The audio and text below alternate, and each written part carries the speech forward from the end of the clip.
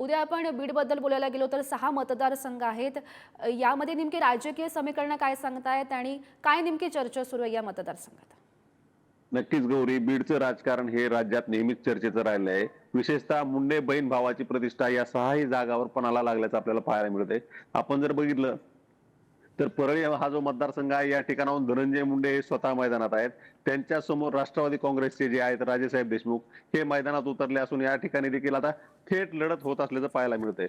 दुसरा मतदारसंघ जो आहे बीडचा, तो बीडमध्ये क्षीरसागर बंधूंमध्ये लढत होत आहे। याबरोबरच या ठिकाणी अपक्ष उमेदवार जे आहेत अनिल जगताप आणि शिवसंग्रामच्या ज्या आहेत ज्योती मेटे यांच्यामध्ये लढत होत आहे। एकंदरीत बीडमध्ये चौरंगी लढतीचं चित्र आहे।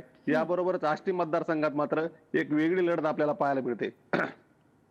आष्टी या ठिकाणी भाजपचे जे आहेत सुरेश धस आणि राष्ट्रवादी काँग्रेस अजित पवार गटाचे बाळासाहेब आजबे तसेच राष्ट्रवादी काँग्रेस शरद पवार गटाचे महबूब शेख आणि अपक्ष भीमराव धोंडे यांच्यामध्ये लढत पाहायला मिळत आहे। बीडमध्ये एकंदरीत आपण जर पाहिलं तर लोकसभा निवडणुकीत ओबीसी विरुद्ध मराठा असं एक समीकरण झालं होतं।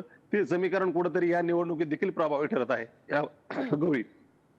हो, नक्कीच उदय, धन्यवाद दिलेल्या या माहितीसाठी आणि